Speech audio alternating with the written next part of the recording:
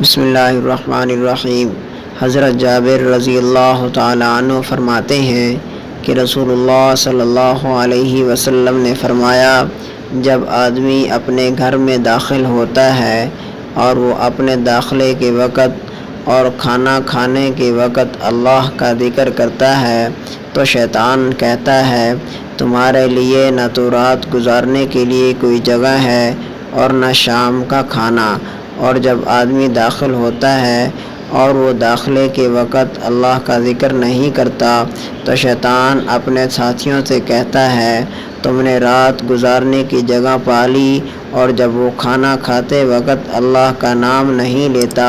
تو وہ کہتا ہے، تم نے رات گزارنے کی جگہ پا لی اور شام کا کھانا بھی پا لیا۔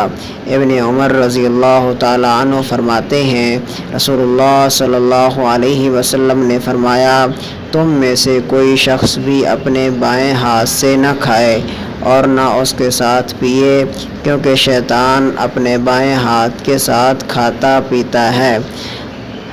حضرت کعب بن مالک رضی اللہ تعالیٰ عنہ فرماتے ہیں، رسول اللہ صلی اللہ علیہ وسلم 3 انگلیوں کے ساتھ کھایا کرتے تھے اور آپ صلی اللہ علیہ وسلم ہاتھ صاف کرنے سے پہلے